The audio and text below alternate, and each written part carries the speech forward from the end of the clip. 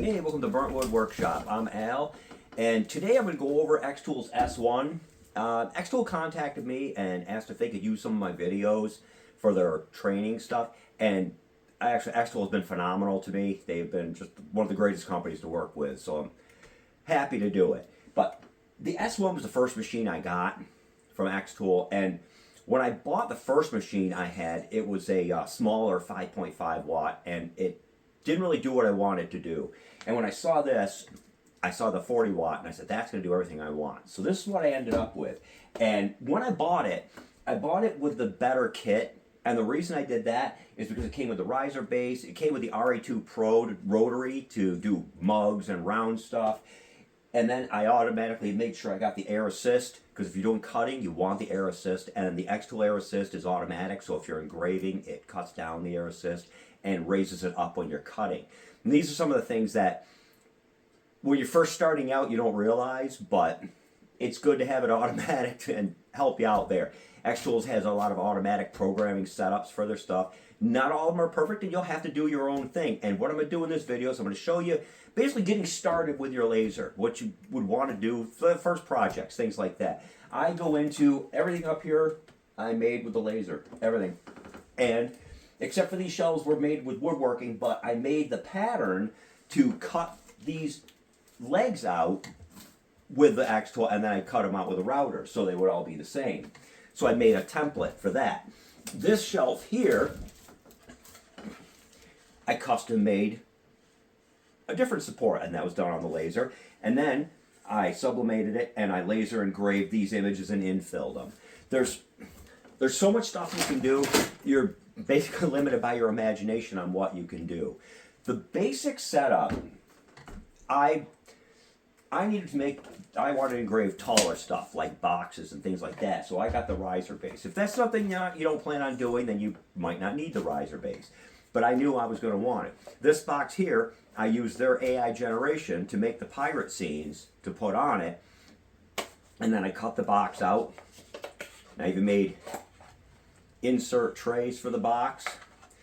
There's a ton of stuff you can do. And what I'll do is I'll go over some stuff to get you started. That's the hardest part, is just getting started. And accessories, there's the IF2, the inline fan for drawing the smoke out. I have one of those. That is also controlled by Bluetooth and adjusts the amount of airflow automatically, which is so handy, because I started out with an aftermarket fan, and with that fan I'd have a dial, and I'd turn it on, and then I'd forget to shut it off, and I'd go upstairs and it'd be running. And this is automatic. I don't have to worry about shutting it off or leaving it running for days. But this has been great. I've had it for over a year now, and I've had no complaints. And XTool has been just awesome. They've really helped me out a lot on stuff. If you ever have any questions or anything, their sites, their Facebook page, things like that. There's so much support. I had a problem with my riser base when I first got it, and they shipped me one out immediately and got me another one. I was surprised at how fast it happened, and since then I've never had a single problem. It's been great. The biggest things you want to keep up with is cleaning it. The laser module, I don't cut MDF with mine, so my module stays fairly clean. I mean, I can run it all week and it stays pretty clean. If I'm engraving paints or things like that, or some woods, like I do a lot of 3D engravings like this, and I paint them. Now, this is pine, and sometimes it'll get a little smoky and I'll have to do a little cleaning, but it's never too bad. MDF, from what I've heard, is kind of messy. So you just want to check it periodically. It's not that hard to clean. One of the biggest things when you're cleaning it, I'll show a close-up of that in a second, and I'll show the accessories and things, and we'll go over that right now. So the module is fairly easy to clean. You just basically disconnect this power connector here, pull the air assist hose off, and then XTool gives you a little toolkit, and the toolkit comes with spare lenses, things like that. It's got the screwdriver, the Allen wrench. The only one it doesn't have is the Allen wrench for these. That's a little smaller than what they supply. But basically, to pull this off, you just pop your sensor off first, pull 2 screws, undo those, lift it off, and clean it. and I can show you how to do that. But right now I just want to go over the important things, the features. So your honeycomb bed, if you had the standard bed, this would be a little less than your depth actually, because this is in a slide tray right now because of the riser base, so that you can pop the front and lower this down. Okay, and you can also pull it out if you want to run your RA2 Pro. Now, the honeycomb bed is difficult to keep clean sometimes, and you'll get flashback and stuff. What I do is I'll just throw some scrap wood pieces on to use as risers to lift it up off of the bed to reduce that flashback. And if you keep your bed clean, you get less flashback too. But XTool provides you with these nice little magnets to hold things down. So if you're putting a piece of wood in, so say you're putting a piece of wood in, you put it right on these little standoffs, use your little magnets. Now this wood is nice and flat, it's pretty decent, so it's not too bad, but you will get pieces that are pretty warped. That one's got a tiny bit, but not bad. So the magnets hold it down so your focus stays the same. So that's just one little trick that you can do. One of the main accessories you're going to want to get is the air assist. And I've got mine set on auto. So the program controls the airflow. And what that'll do is keep your cuts cleaner. And on engraving, it'll turn it down so that you don't get too much air when you're engraving. But when you're cutting, if you don't have the air assist, you can actually catch fire a lot faster. So the air assist is one of the main accessories I would add. So for smoke extraction, when my laser is cutting, I'm using the IF2 inline fan. And this inline fan is basically automatic, so it's run by the program, and it'll turn on higher, lower, whatever it needs. And it's also, you can take it apart and wash it, so that makes it really handy. And I've been running this for quite a while, and it really works really nice. I have no smoke smells in my shop. So that is a nice add-on feature too, if you want to get one of those. So the XTool AP2 air purifier is another option to vent your exhaust out of your machine. And this is basically a filter system, and it works off of 2 cyclonic filters on the top that basically filter out most of the dust and debris that can be washed before it gets to the filters inside. And inside, it has these replaceable filters that can be individually replaced. So your bottom ones are very seldom going to get replaced. So it saves cost on that. And this is for something like if you were in an apartment complex or something like that where you couldn't vent outside because it would bother people.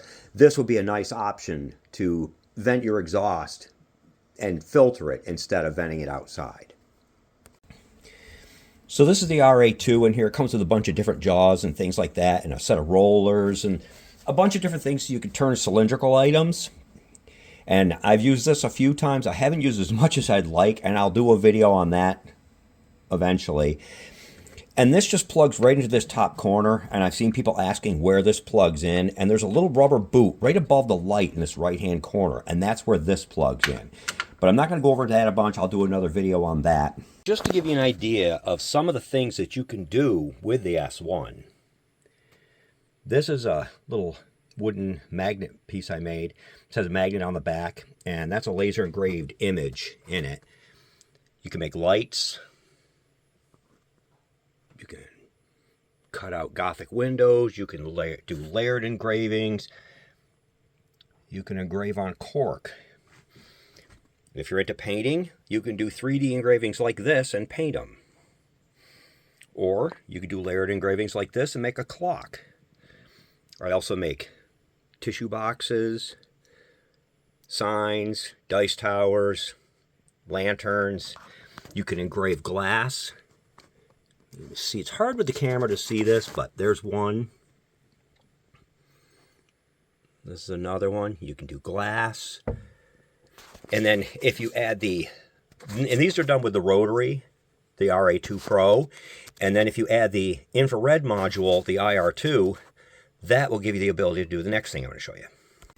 Now another accessory I added was the IR2 2-watt module. And this will engrave metal. So you could engrave, I don't know if you could see that, something like that in metal. But it also gives you different options for acrylic. Now, this was engraved in acrylic with the IR2. This was engraved in acrylic with the 40-watt module. So, say, like this green. On this side here, this square was engraved with the 40-watt module. That was engraved with the IR2. See how much clearer it is? So, and not every acrylic is going to work the same, but the brown, it just kind of muddied it up. But with the IR module, it came out beautiful. So, just like this red one, that's the engraving with the 40-watt module. That's with the IR. And I did a whole video on this too, so if you want to check that out, that's going to be available also. But the IR module gives you some more options with acrylic. Now, obviously with acrylic, if you're going to do a lot of it, you don't want to go with a CO2 laser. But there are things you can do with the 40-watt and the IR module. This was engraved and cut. Basically, it was engraved with the 40-watt. It was cut with the 40-watt and engraved with the IR module. This one here was engraved and cut with the 40-watt. The only thing you'd have to do is you got to keep track of your setup when you're running the IR module, and I have a video that I go over that too. But that's just another nice feature that you can add to this machine that I find very useful. So if Christmas is your thing, you can go just crazy with Christmas ornaments, or you could make a whole village, which I have a ton more houses that I made. Trees, sleighs, and the detail is just awesome. You could do layered designs like these, or these. So that's Christmas. Now I'll give you a show of some Halloween stuff. And as you can tell from this, Halloween is my jam. This is my favorite time. So this is just some of the stuff that you can create. You can have a witch appear. You can do paint engraves, layered designs.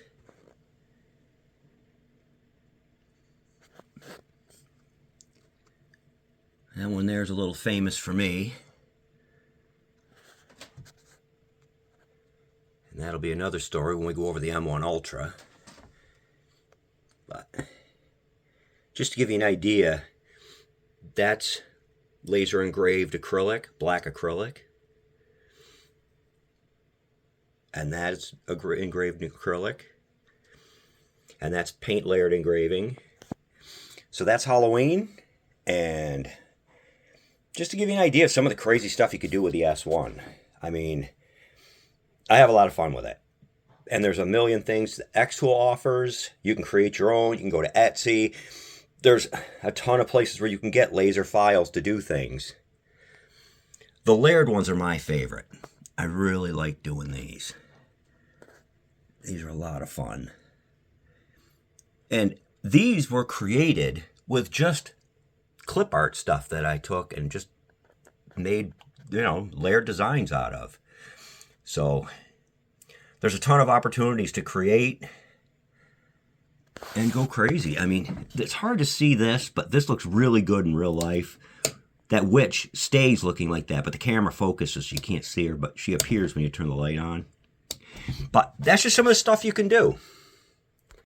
One of the first things you want to do when you get your laser, with whatever you've got, whatever module, whatever, you want to do some testing to find out what your settings are going to be. Now, XTool gives you a whole list of material choices. They're not always the best settings for what you're doing. I buy a lot of my material from like Home Depot for like bigger stuff, because most of the stuff you can from XTool is 12 by 12. I do a lot of 19.5 by 12. So for the 19.5, I have to break it down with a table saw and make my own sheets. You can buy it other places, but it's just cheaper to get it from Home Depot or something like that. And I have ordered it also. But on this, if you want to do a test array, say this is the shape you want to cut out. So you go into material test array, okay, and it says score. Okay, so that's not what we want. So we're going to hit cancel. We're going to go over to here. We're going to hit cut. Now we're going to hit the material test array again, and it's going to be the cut test. Okay, and if you want the most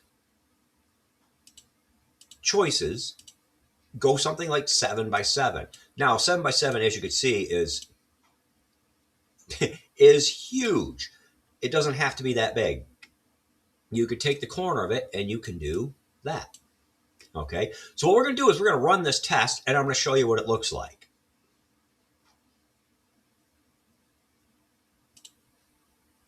So when you do one of these material test cut arrays, your goal is to figure out where it cuts out completely and where it cuts without leaving any char on your fingers. So what your basic goal is to figure out how fast you can cut it at what power and not have a bunch of char. So that's why you run these tests, and I run them for every piece of new material I get, so I have a whole file full of these.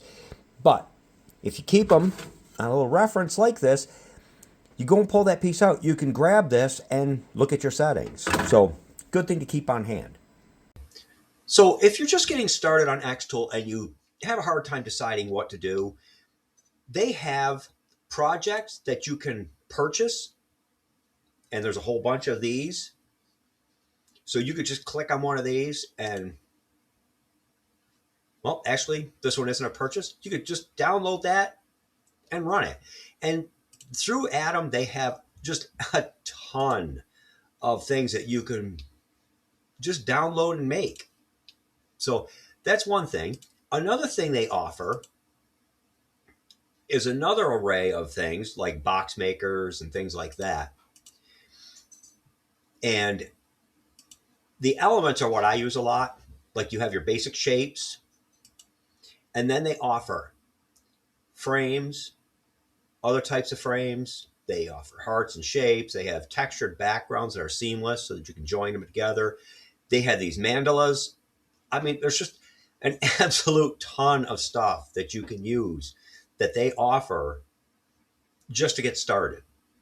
And you can go other places and purchase things, and you can design a lot of your own. I design a lot of stuff myself, and they have a lot of features to help you modify things, edit things. They have no, let's. Okay, so take something like this, for example. Okay, you wanted to edit that, you could create a compound vector, you could edit it, and then you could make this drink, instead of being like that, it could be fuller. You have more in it. I mean, it's just, and then you can adjust the tabs. They have come a long way in what they offer. So, and it's that simple. I mean, it takes some getting used to, but it's a great program to work with. So if you like the video, give me a thumbs up. Leave me any comments if you have any comments about anything I addressed here. Comments on videos, upcoming videos, what you'd like to see. If you use my affiliate link, I get a small commission. I'd appreciate that. I'm going to be doing some more on the M1 Ultra soon, and that's another machine that I've been running for over a year, and another great machine. It does things this one can't do. So between the two machines, you can run quite a bit of business. It's a lot of fun. So hope you enjoyed the video, and I'll see you in the next one.